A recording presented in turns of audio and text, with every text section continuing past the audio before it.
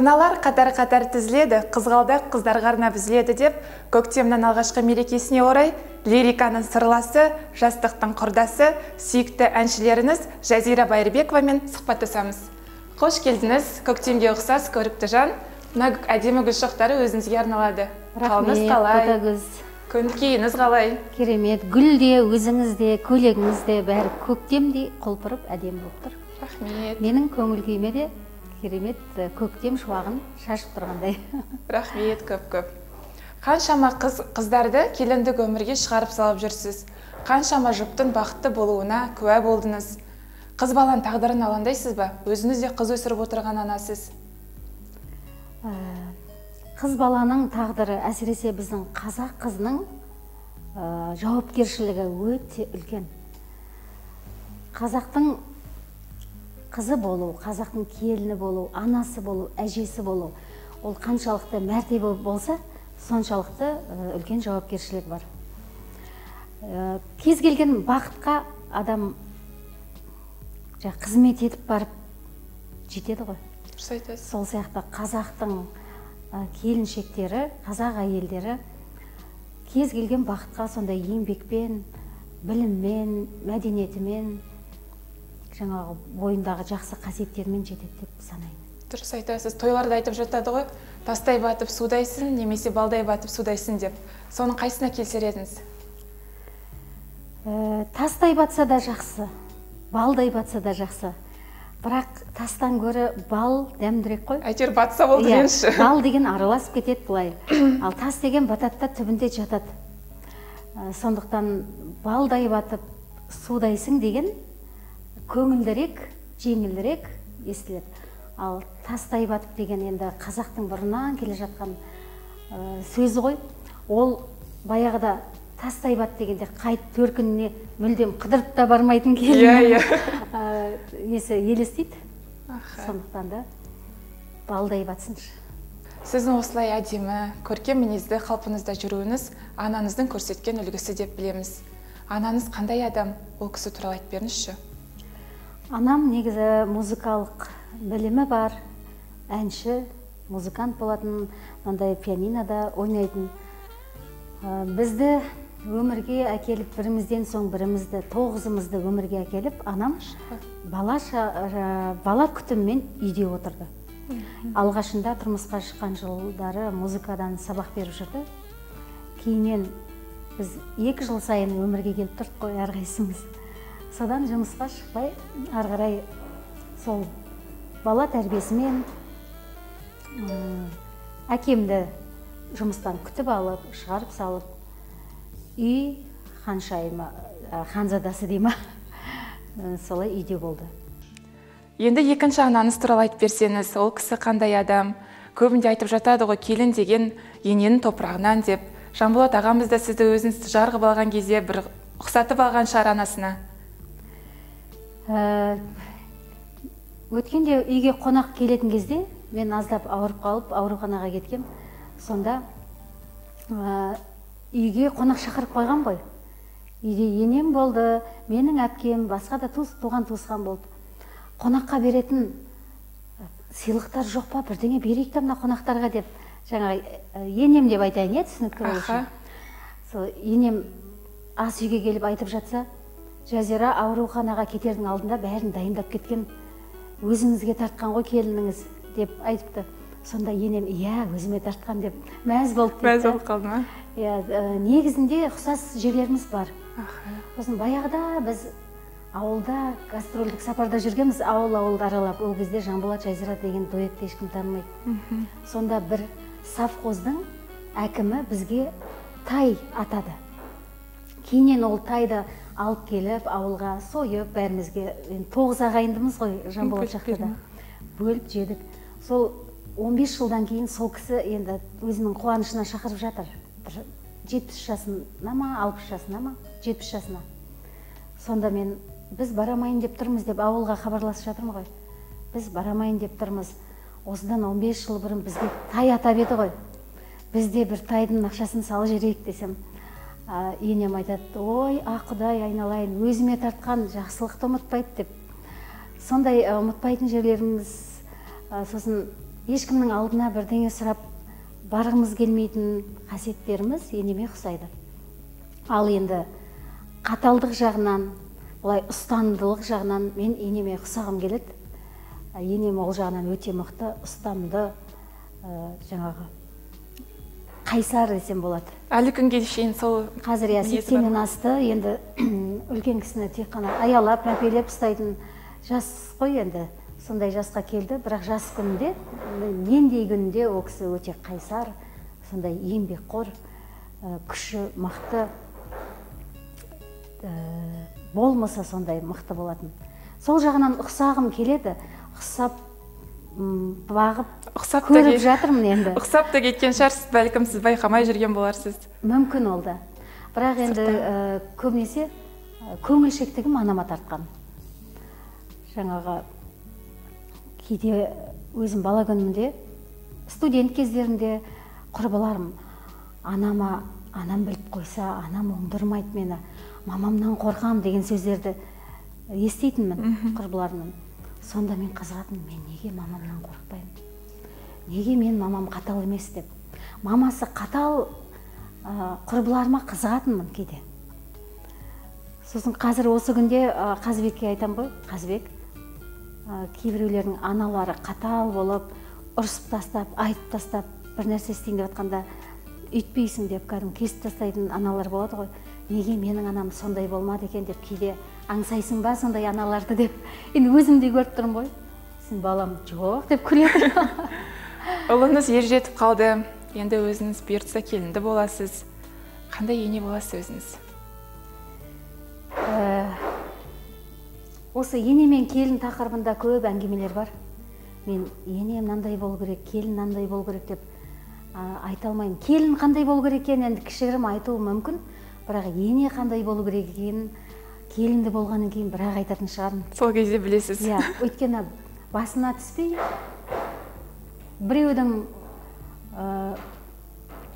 өйткені өз басына түспей адам ештеңе айта алмайды деп ойлаймын. Сырттан қарап айту, ақыл айту ол өте оңай нәрсе. Ал өз басына келген кезде, өзінің өмірінде болып жатқан кезде оны сезіну басқа адамға мүмкін емес.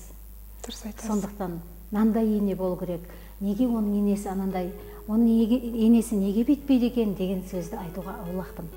Мен бірақ келінімді, әлі көрмеген келінімді аңсаймын, әлі көрмеген келінді құшақтағым келеді. Солай енді өзімнің баламды, ұлымды жақсы көріп, оның қасында демеу болып, оны сүйіп жүрген қызды мен қалай жақсы көрмеймін? Келін болғысы келіп кететін шығар көп адамның осы сөзден кейін. Мүмкін. Ана жүзіндегі сұлулық, жүзіндегі мейірімнен көрініп тұрады дейді.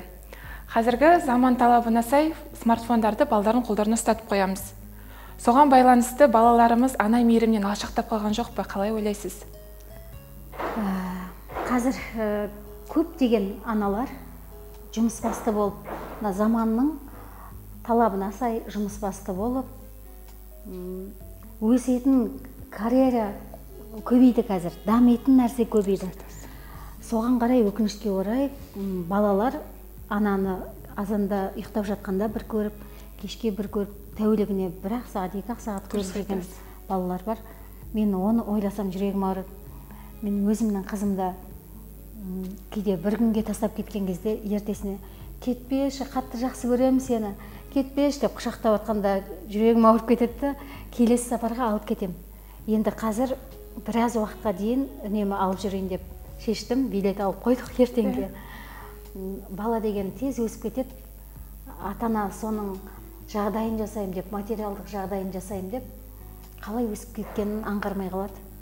Қазір енді өзімнің әріптестерім ішінде де бар, баласын андасында көретін, қарайтын адам бар ғой дейміз ғой енді, бірақ бәрібір ата-ананың мейіріміндей мейірім бола ма, болмай ма білмеймін. Енді ананың мейірімі бәрібір балаға керек, қыз балаға тіптен керек. Қаншалықты біз балаға мейірім берсек, соншалықты ол қоғамға мейірімді болады. Ананың балаға деген тәрбиесі жалпы қоғамға деген тәрбие деп санауға болады. Енді өзім қызды болғаннан кейін қазір қыздарын қалай үйлеріне тастап 2-3 күн деп осы әріптестерім жүр екен деп өзім таң қалып қараймын. Өйткені 3 күнге тастап кетсек ауырып қалады, сағынады, іші кет дейді ғой.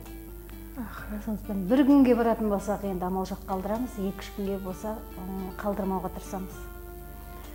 Ата-ананың мейірімі балаға керек. Осы орайда мен жаңа балалар үйіндегі балаларды ойлап көзіме жас алып алам.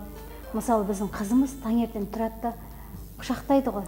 Құшақтайды, бетімізден сүйеді, біз оны сүйеміз. Сағат сайын жүгіріп келіп құшақтайды. Ана балалар үйіндегі балалар кімді құшақтайды? Ана тәрбиеші қайсы біріне жете береді? Түнде құшақтасып жатқысы келсе кімді құшақтайды деп.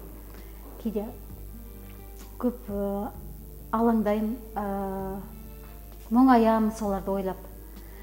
Сосын өткенде бір ұсыныс Инстаграмға жазған болатын, осы қарттар үйі мен балалар үйін неге ең болмаса бір ауылға орналастырмайды екен? Арасында бір-біріне жақын болатын, мейірім табылатын шығар деп. Әлде де мен соны бір мүмкіндігім болса сұрасам деймін тағы да. Мына идеяңыз керемет екен. Иә, өйткені бірге бір үйде тұрмай қойсын жарайды. Бір аулада тұрса да, ата-аналармен, жаңағы үлкен қарттармен балалар бір сәт бірге араласса, арасында енді шаршап кететіндер де болатын шығар, олар бөлмелеріне барып демала қояр. Солай бір әдемі мейірімділік орнатса біздің елімізде керемет болар еді. Дұрыс айтасыз. Қыз баланы мәпелеп өсіру керек, ұл баланы қатты ұстау керек деп жатады. Сізде қалай? Біз ұлымызды қатты ұстайық деп қатты ұстаған жоқпыз. Жаңағы ұлды жоқшылықта, қызды тоқшылықта өсіру керек дейді ғой. Бірақ біз ұлымызды жоқшылықта өсірдік. Бірақ ол кезде өзіміздің материалдық жағдайымыз солай болды. Ұлымызда ойнайтын ойыншық болған жоқ. Дүкеннен, мысалы, нан, сүт алуға барған кезде ойыншыққа қарап тұрып, мама, қараңызшы, әдемі ойыншық екен, иә? Дейді де кете береді, алып бер деп те айтпайтын. Енді соған қарап мен кейде ішім ашып, Қазыбектің кішкентай күнінде ойыншығы да болмады. Бала сияқты еркелете де алмадық. Жұмыстың қамымен, күнкөрістің қамымен шауып кеттік. Деп бұл ішінде бір нәрсе жетіспей жүрген жоқ па екен деп. Өзіңізді сөйтіп сөгіп жүрдіңіз. Иә, баламның ішкі жан дүниесін уайымдаймын да. Ал былай сырт келбеті Аллаға шүкір жақсы. Бізге ыңғайлы, бетімізге қарап сөйлемейді. Әрбір ісінде бізден жаңағы өзінің ақылы жетіп тұрса да, біздің батамызды алғандай, біздің иә, жоқ дегенімізді күтіп отырады. Енді әрбір үлкен қадамға басар кезде. Сосын кейде бір фильм көріп жылап қалам ғой, балам айтады. Неге жыладыңыз? Уайымдамаңыз, сіз жақсы ана болдыңыз ғой. Бірақ сонда да ол енді біздің көңілімізді түсірмеу үшін бәрі дұрыс деп айта беру мүмкін, ішкі жан дүниесінде біріңе жетіспей қалған жоқ па деп соны ойындаймын ғой. Сұрап көрмедіңіз бе өзінен? Өзінен сұрадым, бәрі жақсы дейді, ер адам ғой. Ал қазір қызым дүкендегі ойыншықты алмай кетпейді. Бәрін алып бересіздер. Ана ютубтан көрген ойыншығын іздеп сұрап, бәрін алып береміз. Енді жағдай солай болды бізде. Аллаға шүкір, Қазбек ұлыңыз өте мақтан тұтар, еліміздің азаматы болып өсті. Халықтың аузында барлығы мақтайды ұлыңызды. Жаман болған жоқ одан. Сол мен кейде бір ата-аналардан сұраймын ғой, жаңа баласы әлі жұмыс бастамай, жұмыс демей жүрген ата-аналардан сұраймын да, сен балаға қандай тәрбие бердің деп, құрбыларымнан сұраймын. Мен Қазыбекті жаңа жеткілікті еркелетпедім, мейірім бере алмадым бала күнде деп өкініп жүрмін десем, ол айтады, мен керісінше көп еркелетіп жіберіппін, айтқан бәрін істетіп, қолын қақпай сөйтіп өсіріппін деп өкініп жүрмін дейді. Ода да өкініш бар екен. Сосын ойладым, қалай болғанда да Алла Тағаланың берген санасына байланысты шығар деп ойладым. Бүгінгі бойжеткен ертеңгі сүйікті жар, аяулы ана, ибалы келін.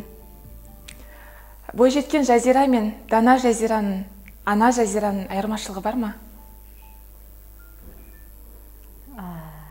Бойжеткен Жазира мен қазіргі Жазира деймін. Қазіргі Жазираның. Дана деп айтуға әлі ертерек сияқты, ұялып отырмын.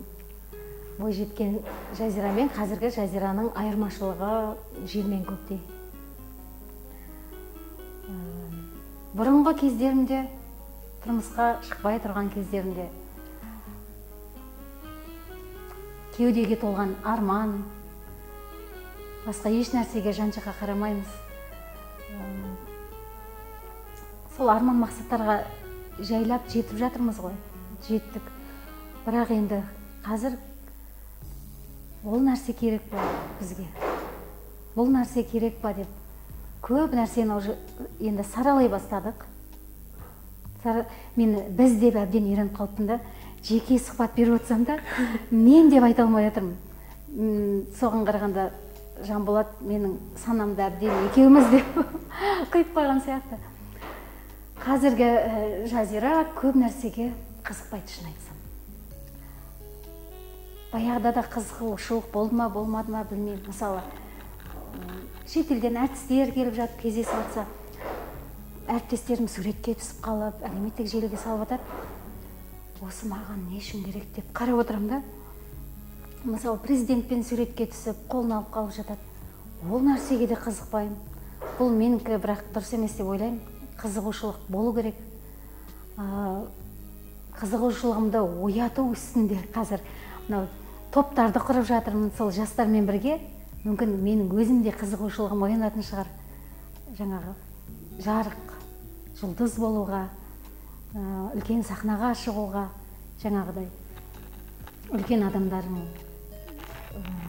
өнерімізді үлкен адамдарға, үлкен халыққа, көпшілікке танытуға одан сайын маған шабыт беретін шығар деп осы топтарды құрдық.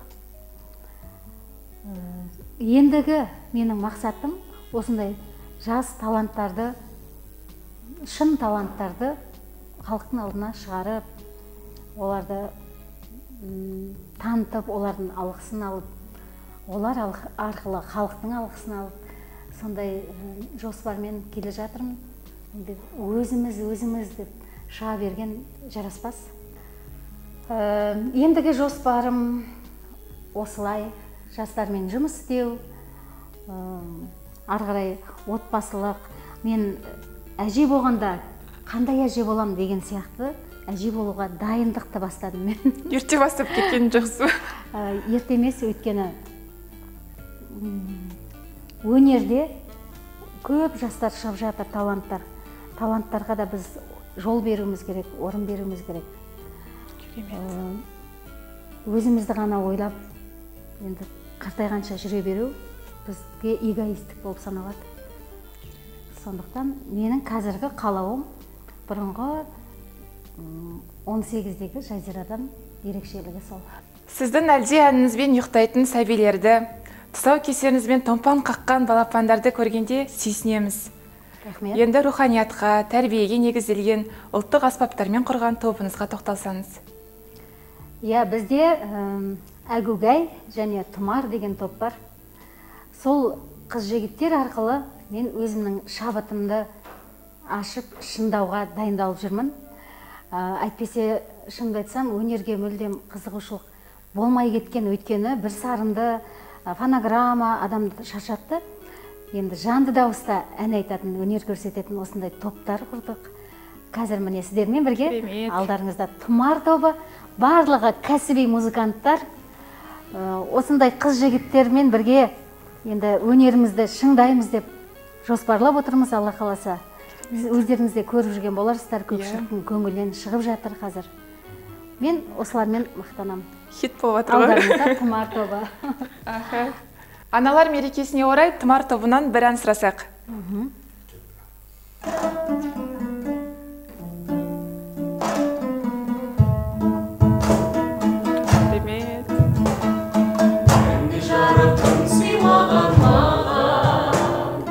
Бір адам бар, ол өзіңсің ғана.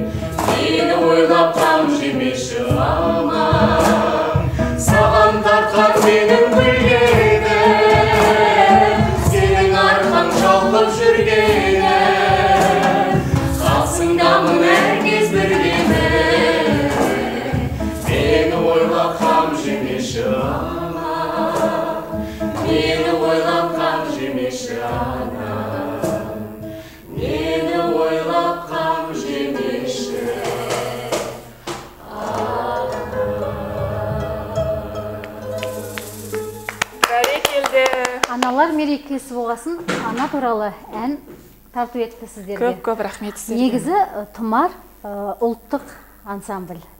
Қазір енді халық әнінен бір үзінді шырқап жіберіңіздер. Керемет. Ал енді халық әні ақау берім болсын.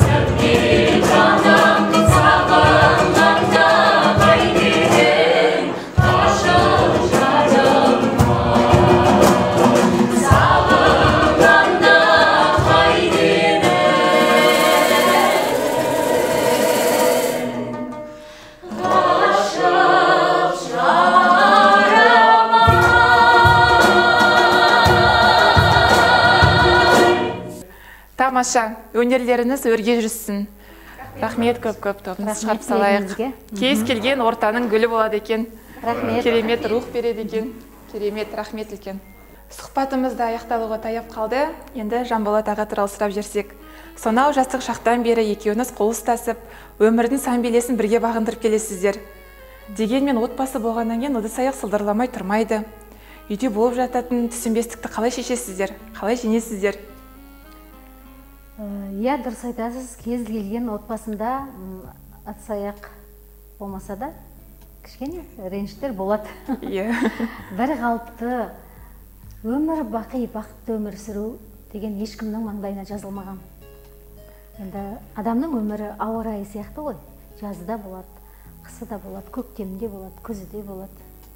Сол сияқты бізде де ондай сәттер болып тұрады. Бірақ біз үлгі көрсету үшін көбінесе қиын сәттерді,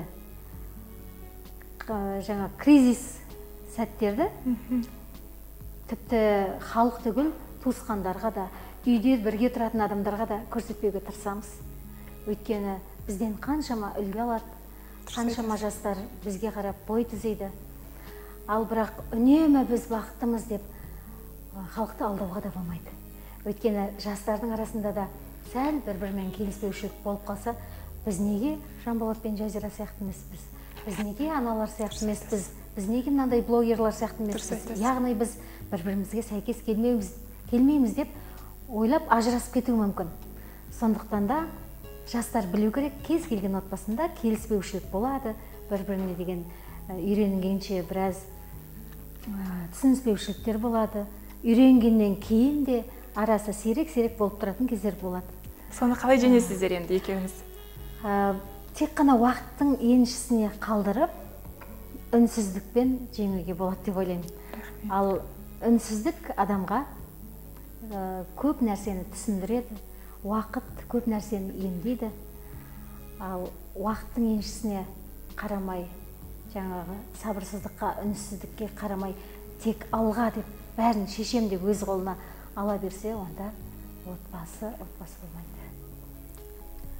Сол сабырлық, үнсіздік, күту, уақыт көп адамды жетістікке жеткізеді деп ойлаймын. Дұрыс айтасыз.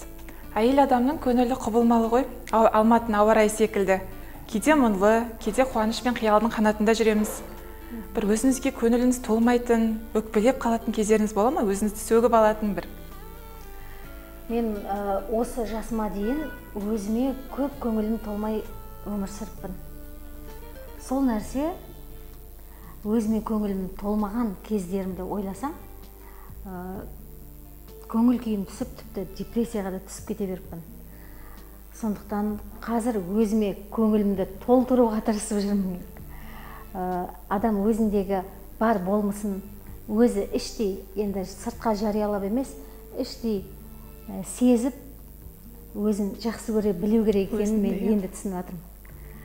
Ал көңілім толмағандық мені жетістікке жеткізсе, бір жағынан жаңағы көп нәрсеге қызығушылығымды жоғалтып жіберіпті.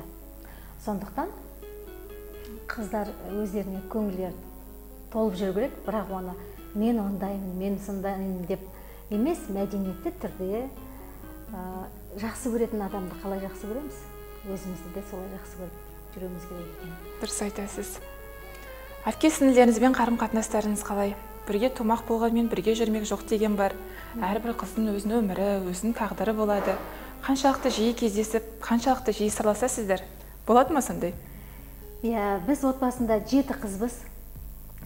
Жиі бас қосып тұратын едік. Қазір соңғы кезде әркімнің өзінің жұмысы, бір сіңілім Америкаға көшіп кетті, екі сіңілім Астанада, бір әпкем Сарыағаш жақта.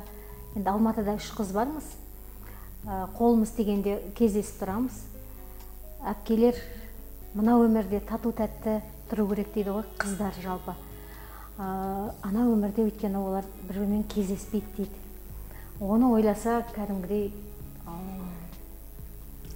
денем түршіп кетеді. Оны да ойлап жүрсіз ба? Сіз барлығын ойлайды екенсіз. Сондықтан да барынша бауырлармен жақсы тұруға тырысамын. Енді бәрінің көңілін аулап, үнемі тек бауырларыма қарап жүрем деп те айта алмаймын. Өйткені өз келін болып піскен жерім бар, төркінім бар, халқым бар, бәріне үлгеру мүмкін емес. Бірақ үлгергенімізше хабарласып тұрамыз, үлгергенімізше бас қосып тұрамыз. Қазір WhatsApp бар, телефон бар. Инстаграмнан көріп отырамыз дейсіз ғой? Иә. 7 қыздың, 7-еуміздің мінезіміз 7 түрлі. Бәріміз бір-бірімізге ұқсамаймыз, болмысымыз әртүрлі. Бауырлар бір-біріне тілекші болып жүрсе, соның өзі жақсы деп ойлаймын. Дұрыс айтасыз. Бауырлар бүтін болған жақсы деп жатады ғой. Енді алдымызда 8 наурыз келе жатыр. Аналарымызды, әжелерімізді, әпке-сіңлі жеңгелерімізді бір құттықтап жерсеңіз, қандай кеңес айтар едіңіз қыз балдарға? Сөйтіп тамамдасақ. 8 наурыз мерекесі барша нәзік жанды әжелерге, аналарға, жеңгелерге, әпкелерге, сіңлілерге құтты мереке болсын. Көктемнің гүлдеріндей көңілдеріңіз жайқала берсін. Бақыттың бағында әдемі болып, көңілді болып, көңілдеріңіз әрдайым толып өмір сүруге деген құлшыныстарыңыз артып жүре беріңіздер. Мерекеден мерекеге аман-есен жете берейік. Осымен бағдарламамыз аяқталды. Жазира ханым, көп-көп рахмет сізге. Осылай құлпырып жүре беріңіз. Рахмет, Ботагөз. Өмірде де сондай қарапайым, сондай керемет жан екенсіз. Үлкен рахмет. Сіз де осылай әдемі болып құлпырып жүре беріңіз. Мереке сізге де құтты болсын. Рахмет.